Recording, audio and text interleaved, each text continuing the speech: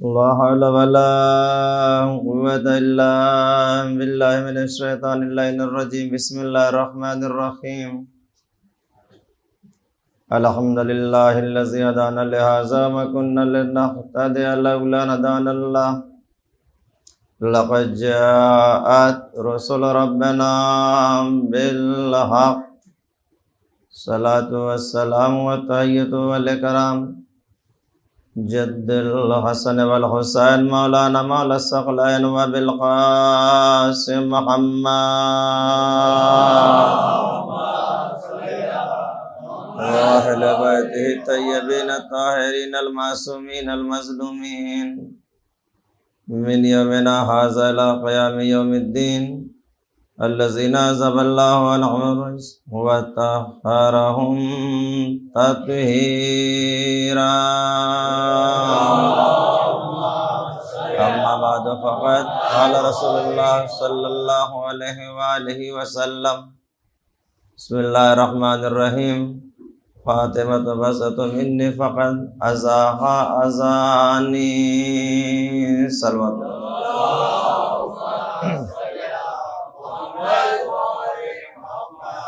زیادہ گرامی آباد معزز سامعین،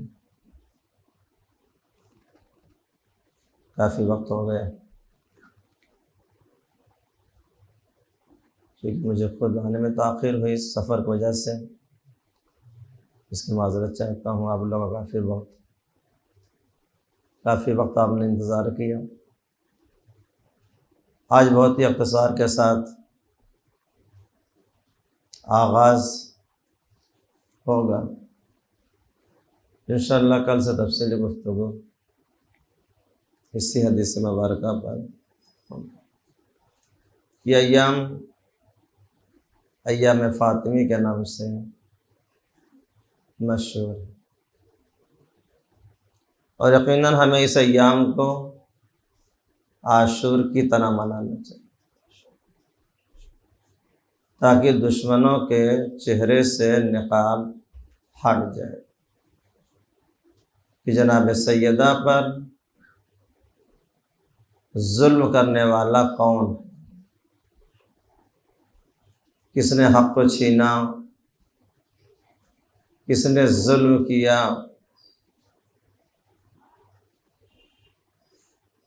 حقیقت لوگوں کے سامنے آشکار ہے، اور اسی لیے اس ایام کو 13 تاریخ سے لے کر 3 جمادی الثانی تک مسلسل مجلسوں کا سلسلہ جاری۔ ہمیں لوگوں کو پیغام دینا ہے، بتانا ہے حقیقت کیا ہے۔ بہت سے لوگ ایسے بھی ہیں جنہیں اس بات کا یقین نہیں ہوتا کہ رسول کی بیٹی کے ساتھ کوئی ایسا سلوک کر سکتا ہے، کیونکہ حقیقت سے وہ دور ہے۔ سچائی کیا ہے، حقیقت کیا ہے، یہ ان تک خبر نہیں پہنچتی۔ لیکن الحمدللہ خدا سلامت رکھے علماؤں کو، مرجعوں کو، جنہوں نے اتنی تاکید کی کہ تم اس ایام کو محرم کی طرح سے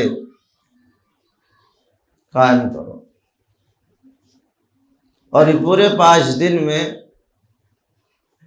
آپ کے سامنے کوشش یہی کروں گا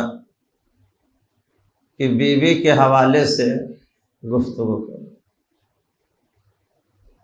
چونکہ جناب سیدہ کی زندگی ہمارے لیے نہیں صرف عالم اسلام کی خاتون کے لیے ایک نمونہ۔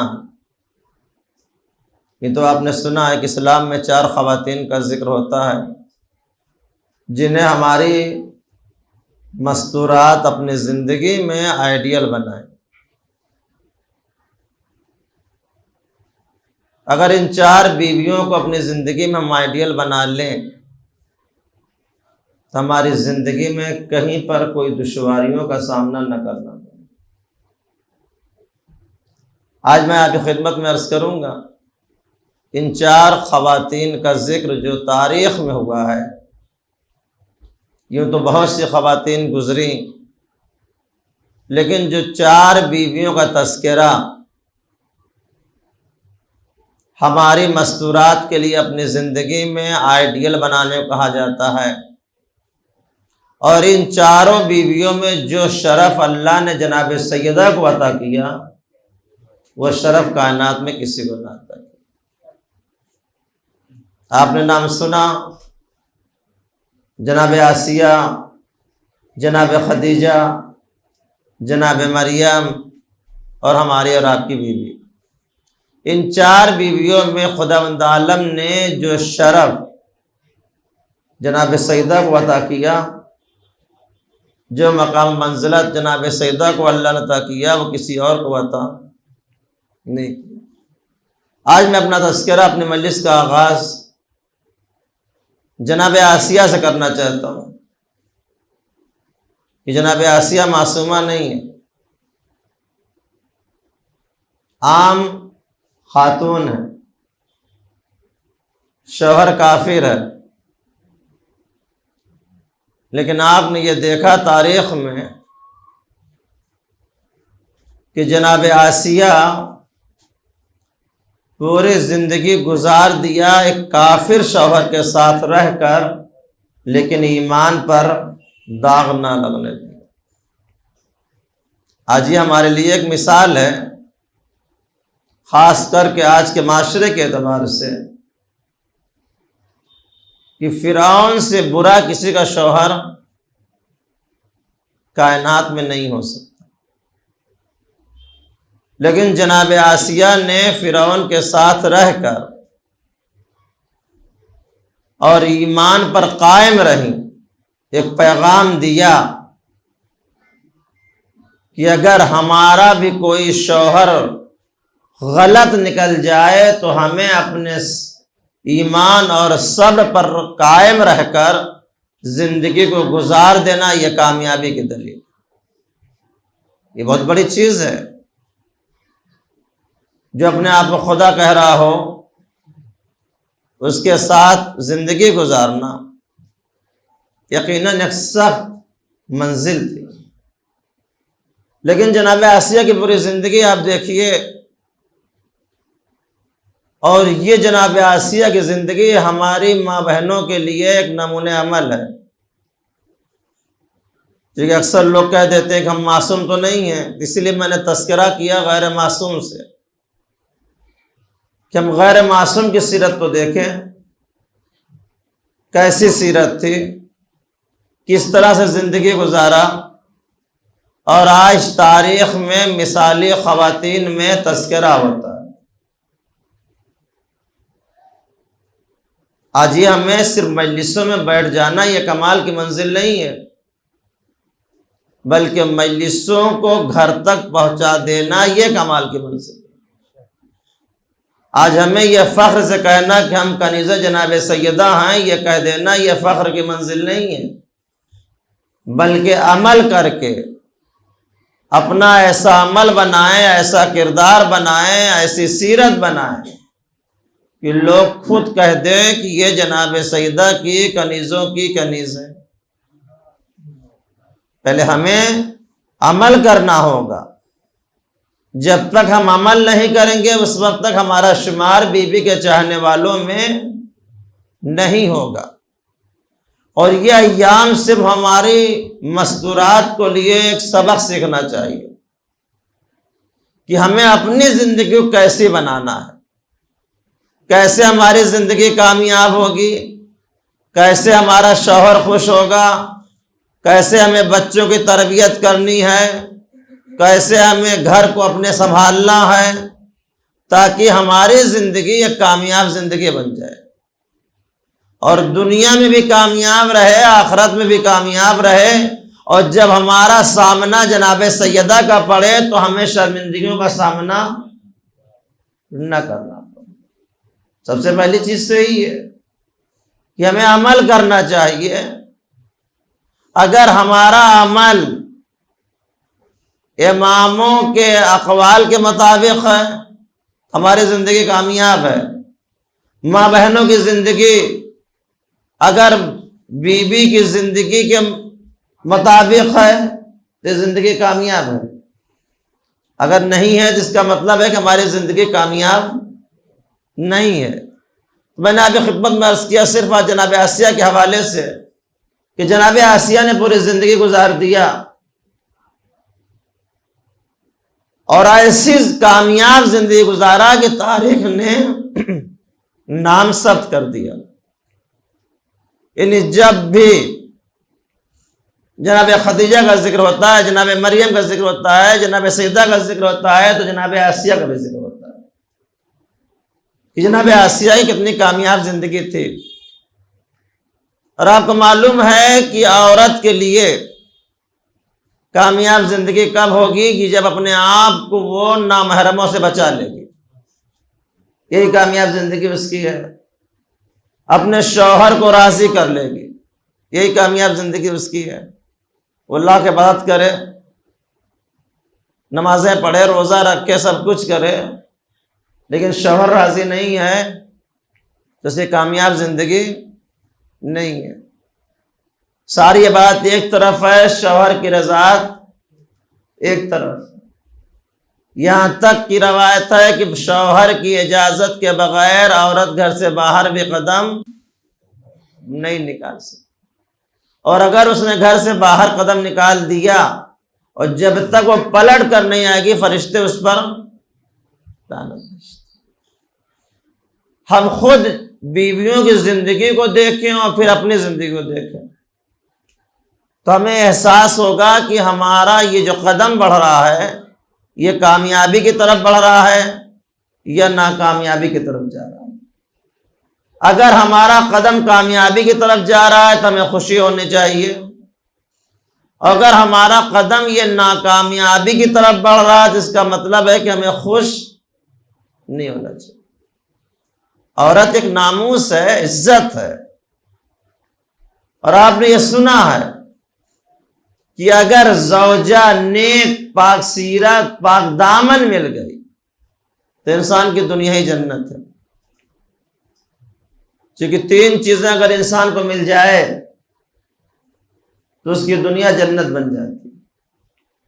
اچھی بیوی، اچھا پڑوسی، اچھی اولاد، یہ 3 چیزیں ہیں، اور انہی تینوں کے ذریعے سے انسان کو شرمندگیوں کا سامنا کرنا ہوتا ہے۔ جب بھی انسان کو کوئی شرمندگیوں کا سامنا کرنا ہوتا ہے، یہ زوجہ کو لے کر یا پڑوس کو لے کر یا اولاد کو لے کر، اگر یہ 3 چیز کسی کو مل جائے تو اس کی دنیا جنت ہے۔ کیونکہ یہی 3 چیزوں کے ذریعے سے انسان پیچھے بھی ہوتا ہے، اسی 3 چیزوں کے ذریعے سے انسان آگے بھی ہوتا ہے۔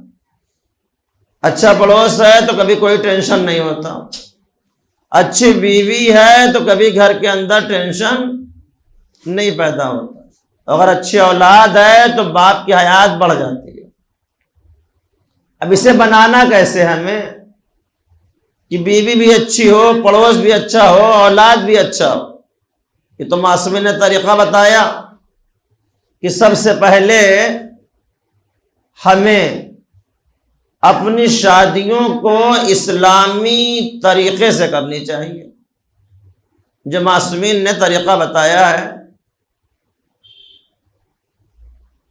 اگر اسلام کی روشنی میں شادیاں ہوں گی تو بیوی اچھی ملے گی، اگر دنیا کی روشنی میں شادی ہوگی تو سکون چھن جائے گا۔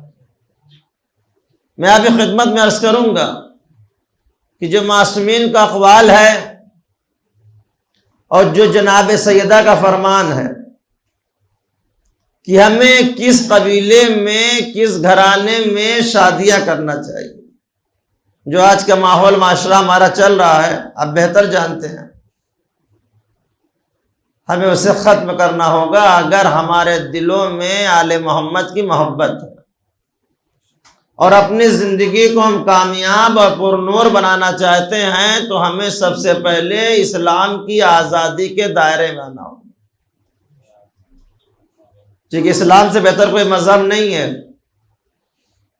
اور تمام ادیان میں اہل تشیع سے بہتر کوئی دین نہیں ہے۔ یہ تو دنیا میں بہت سے ادیان ہیں، لیکن جو شرف خدا نے اہل تشیع کو عطا کیا ہے وہ شرف کائنات میں کسی مذہب کو عطا نہیں کیا، یعنی کوئی ایسی چیز نہیں ہے جس کا تذکرہ خدا نے نہ کیا ہو ہماری زندگی کو کامیاب بنانے کے لیے، اور معصومین نے اس چیز کو ہم تک نہ پہنچایا ہو کہ زندگی کیسے کامیاب بن سکتی ہے۔ ذرا ذرا بات پہ اختلاف، ذرا ذرا بات پہ نفرتیں، ذرا ذرا بات پہ جھگڑے، ذرا ذرا بات پہ ایک دوسرے کو گالی گلوچ دینا، یہ اسلام کا طریقہ نہیں ہے، یہ معصومین کی تعلیم نہیں ہے، بلکہ معصومین نے کیا فرمایا کہ سب سے پہلے تم جب شادی کا قصد کرو تو اچھا قبیلہ تلاش کرو، پاک دامن، پاک عفت بیوی تلاش کرو۔ جب اچھا قبیلہ ہوگا تو خود بخود اس قبیلے میں پلنے والی بھی اچھی ہوگی۔ ہمیں دین دیکھنا ہوگا، دنیا نہیں۔ آج کا جو ماحول ہے دنیا دیکھ کر رشتہ طے ہوتا ہے۔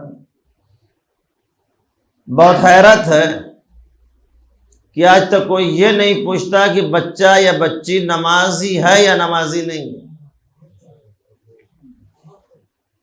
بیٹی بیٹے نے قرآن پڑھا ہے یا نہیں پڑھا ہے، آج تک کوئی نہیں پوچھتا۔ کیا پوچھتے ہیں؟ اس کی تعلیم کتنا ہے۔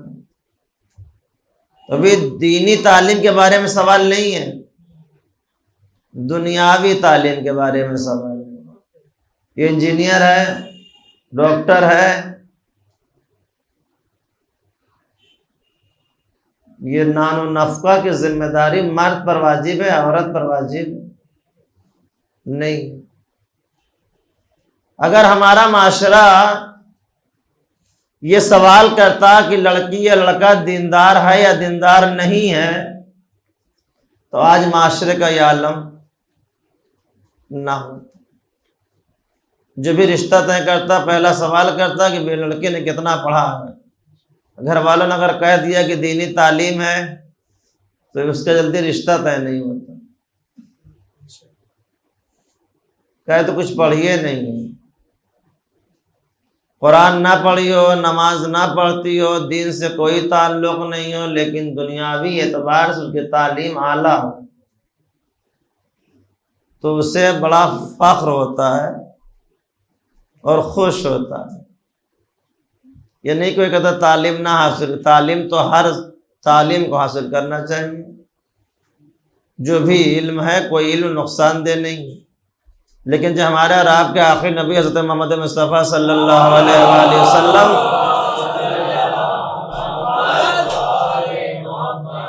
سے تعلیم کے بارے میں سوال ہوا کہ ساری تعلیموں میں سب سے زیادہ کون سا علم مقدم ہے، تو حضور نے کیا فرمایا تھا؟ سارے علموں پر علم دین مقدم ہے، کیونکہ ساری کامیابی کا راز جو ہے اسی قرآن اور اہل بیت سے ہے۔ دنیا کی کوئی ترقی بغیر اہل بیت، بغیر قرآن کے حاصل نہیں ہو سکتی، کیونکہ تعلیم کو آغاز کرنے والا، جتنی بھی تعلیم ہے ہر تعلیم کو آغاز کرنے والے کا نام کیا ہے؟ مولا کائنات، امیر المومنین حضرت علی ابن ابی طالب علیہ السلام۔ ایسا کوئی علم نہیں ہے جس کا تعلق مولا سے نہ ہو۔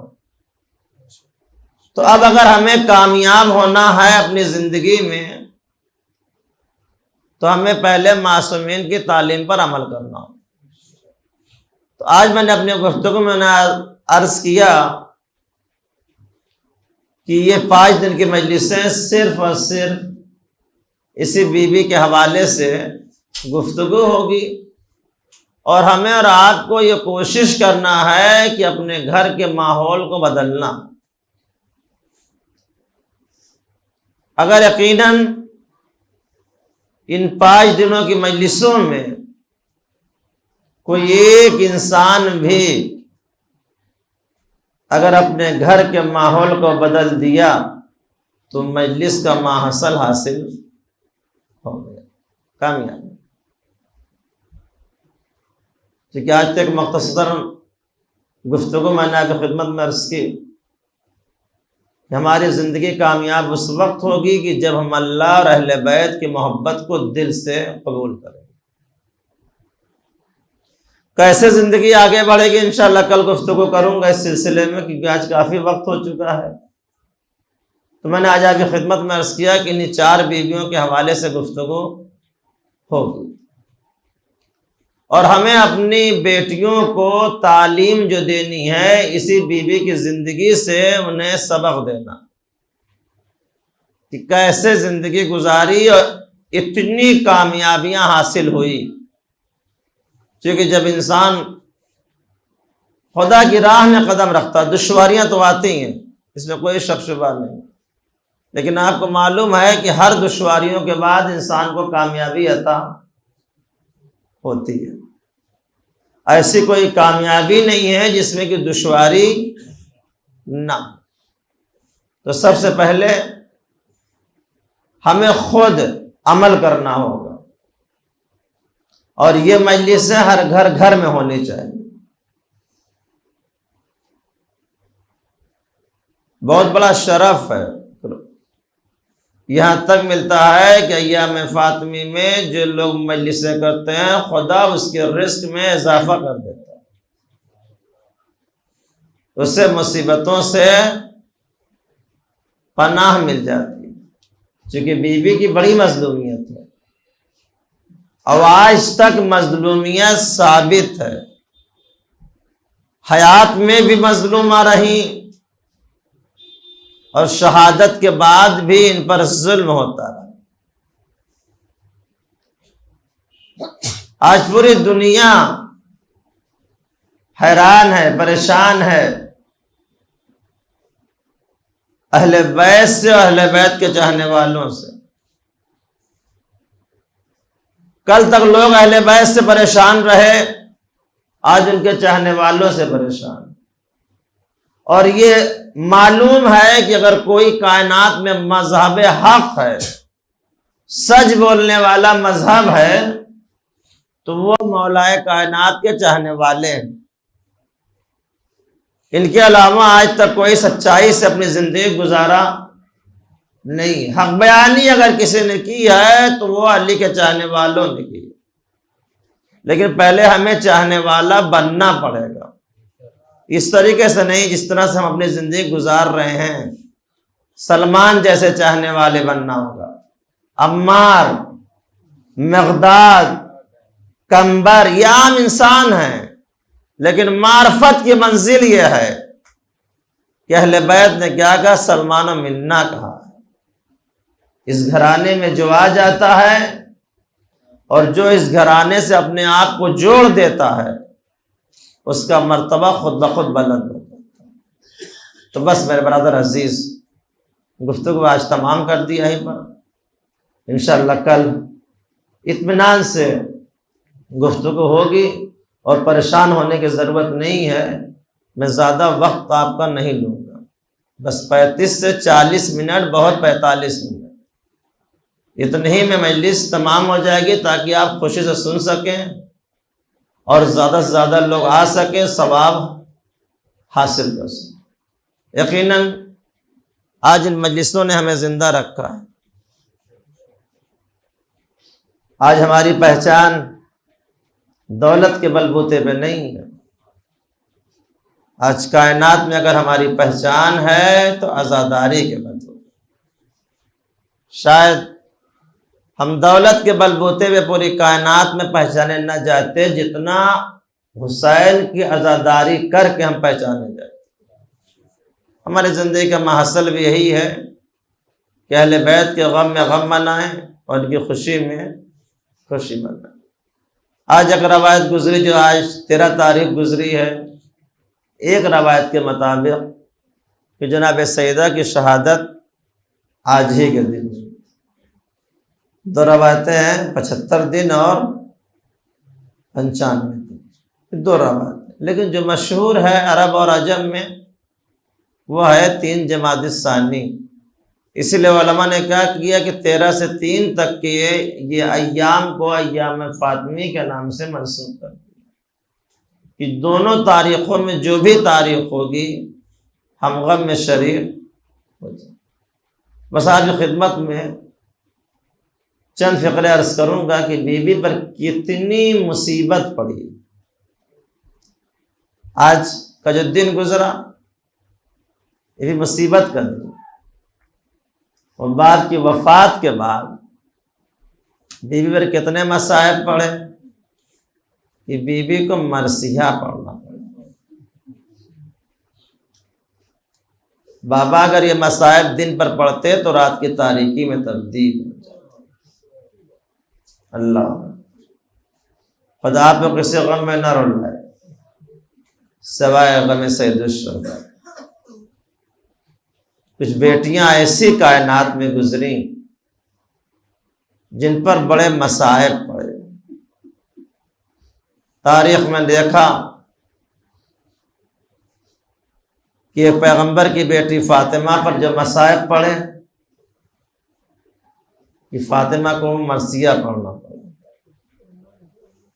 علی کی بیٹی زینب پر مصائب پڑے اور حسین کی بیٹی سکینہ پر۔ خدا آپ کو کسی غم میں نہ رلائے سوائے غم سید الشہداء۔ علی کی مظلومیت پہچانے۔ کربلا میں جو کچھ ہوا حسین کی شہادت کے بعد ہوا، لیکن مدینے میں جو کچھ ہوا علی کی نظروں کے سامنے ہوا۔ خیر علی کی مظلومیت۔ کربلا میں خیموں میں آگ لگائی گئی حسین کی شہادت کے بعد، سکینہ کے رخسار پر تماچے لگائے گئے حسین کی شہادت کے بعد، سجاد کو ہتھکڑی بیڑی پہنائی گئی حسین کی شہادت کے بعد۔ خدا کسی غم میں نہ ہونا ہے، لیکن ذرا علی کی مظلومیت کو پہچانے۔ علی کی نظروں کے سامنے دروازے میں آگ لگائی گئی، علی دیکھتے رہے۔ محسن کی شہادت ہوئی، علی دیکھتے رہے۔ سیدہ کے رخسار پر تماچے لگے، علی دیکھتے رہے۔ خدا کسی غم میں نہ رلائے سوائے غم سید الشہداء۔ آج میں چاہتا ہوں تذکرہ کروں حسین کی بیٹی سکینہ کی۔ یہ بڑی مظلومہ بی بی ہے، بڑی مصیبت زدہ بی بی ہے۔ مولا حسین نماز شب میں دعا کرتے تھے کہ اللہ مجھے ایک ایسی بیٹی عطا کر جو میرے دل کا سکون قرار پائے، اور میں اس کا نام سکینہ۔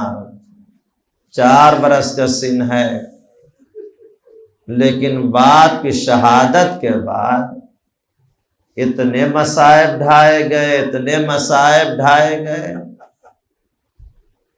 کہ جناب سکینہ کا رخسار نیلا ہو گیا۔ آج تک آپ نے کائنات میں 4 برس کی بچی کو بے ہوش ہوتے ہوئے نہیں دیکھا ہوگا۔ 3.5 برس یا 4 برس کا سن، یہ حسین کی بیٹی ہے۔ لیکن جب شام غریبہ آئی تو سکینہ بار بار گش کھا کر گر جاتے تھے۔ بیویوں نے حلقہ بنا لیا، کتنے رخسار پہ تماچے لگائے گئے، کتنے تازیانے مارے گئے، کانوں سے گوشوارے چھینے گئے، جب بیویوں نے حلقہ بنا لیا، جب شام غریبہ میں پانی آیا تو جناب زینب نے پانی کو لیا، لے کر جناب سکینہ کے پاس گئیں۔ جناب سکینہ نے ایک مرتبہ پانی کو دیکھا، ایک مرتبہ پھوپھی کے چہرے کو دیکھا اور ایک سوال کیا، پھوپھی اماں سب سے پہلے آپ نے پانی مجھے کیوں پلایا؟ اللہ اکبر، اتنا سننا تک مرتبہ جناب زینب فرماتی ہیں بیٹی سکینہ تم سب سے چھوٹی ہو نا، ابھی اتنا کہنا تھا، اب جناب سکینہ نے پانی کو نہیں پیا، چھوٹے سے کوزے کو لیا اور لینے کے بعد مقتل کی طرف بڑھنے لگی۔ اللہ اکبر، عجب نہیں جناب رباب کی جب نظر پڑی، ایک مرتبہ بیٹی کے چہرے کو دیکھا، ایک مرتبہ شہزادی کے چہرے کو دیکھا۔ جناب زینب فرماتی رباب میرے چہرے کو نہ دیکھ، اس لیے کہ میرا عباس جیسا بھائی نہ رہا، خدا کسی غم میں نہ رلائے۔ جناب زینب نے آواز دی بیٹی سکینہ کہاں جا رہی ہو؟ کیا پھوپھی اماں بھی آپ نے کہا نا سب سے پہلے چھوٹوں کو پانی پلایا جاتا ہے؟ یہ پھوپھی اماں مجھ سے چھوٹا میرا بھیا علی اصغر ہے، میں پہلے اپنے بھیا علی اصغر کو پانی پلاؤں گی، خدا آپ کو کسی غم میں نہ رلائے۔ 11ویں محرم آ گئی، یہ علی کی حسین کی بیٹی سکینہ ہے۔ جب 11ویں محرم آئی، خیمے جل چکے ہیں، بیویوں کے سروں سے چادریں چھن چکی ہیں، جلے ہوئے خیموں کے پاس بیویاں بیٹھی ہوئی ہیں۔ اب جب ایک مرتبہ شمر آگے بڑھا، ایک سوال کیا، بتائے اس میں سکینہ کون ہے جو حسین کے سینے پر سوتی تھی، جسے حسین بہت چاہتے تھے؟ بیویوں نے یہ سوچا اب لگتا ہے سکینہ کے مسائل میں کچھ کمی ہوگی، کہا وہ جو گوشے میں بھی بیٹھی ہے نا، اس کی آغوش میں جو بچی اس کا نام سکینہ ہے۔ یہ ملعون آگے بڑھا، ایک مرتبہ اپنے پنجے کو سکینہ کلائی پر مارا اور خیشتے ہوئے جب لے کے چلا، جناب سکینہ نے بیان کرنا شروع کیا، اے بابا آپ کی شہادت کے بعد شمر نے بڑی اذیتیں پہنچائی، کبھی رخسار پر تماچے مارا، بابا جو آپ نے گوشوارے پہنائے تھے نا شمر نے اسے کھینچ لیا، اے بابا دیکھو میرا کان زخمی ہے۔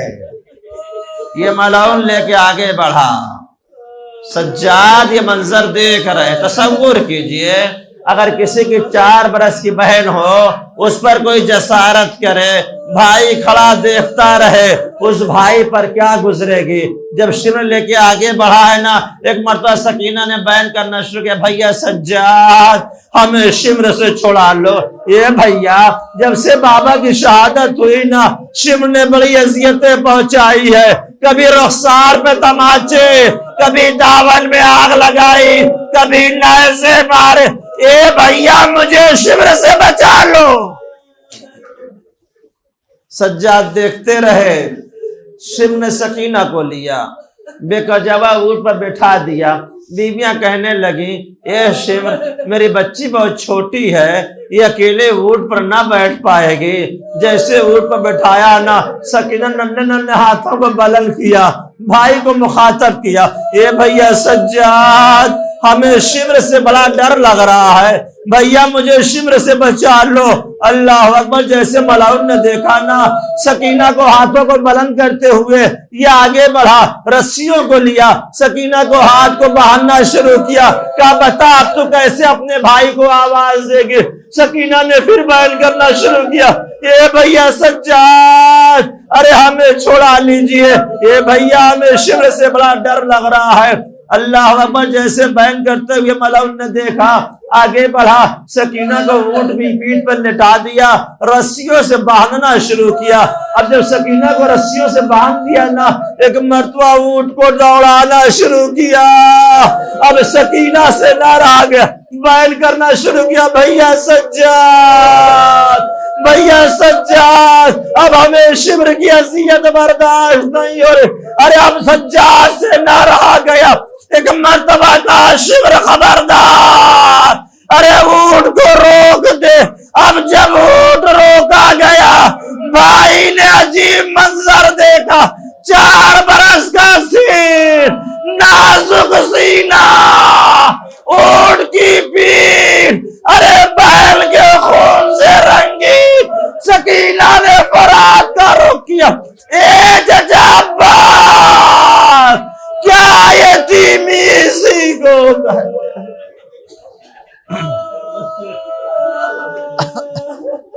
انا للہ و انا الیہ راجعون ربنا تقبل منا انک انت السمیع العلیم۔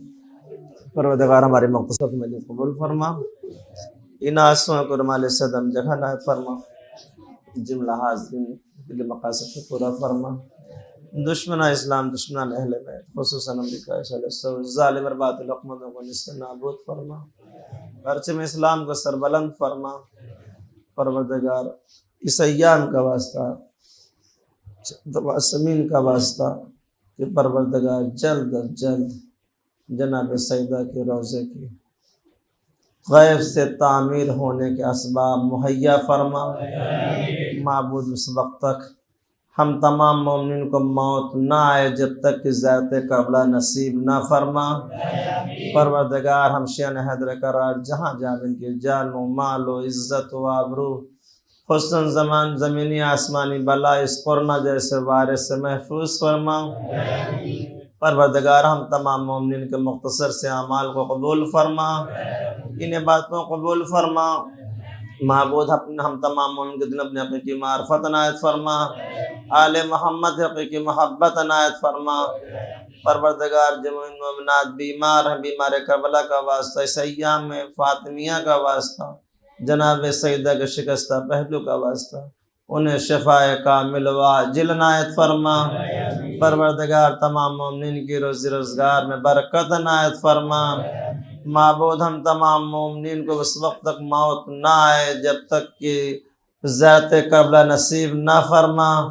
معبود ہم تمہیں جب تک دنیا میں رکھنا آل محمد کی محبت کے ساتھ رکھنا، جب اس دنیا اٹھانا آل محمد کی محبت کے ساتھ اٹھانا۔ معبود یہ دنیا ظلم جور سے بھر چکے، ہمارے آخر حجت کے ظہور میں تعجل عنایت فرما، ان کے آباء انصار میں شمار فرما۔ ہمارے علماء مرجع کرام کا سایہ ہمارے سروں میں قائم و دائم فرما، انہیں رافت بلا سے محفوظ فرما۔ ماتم حسین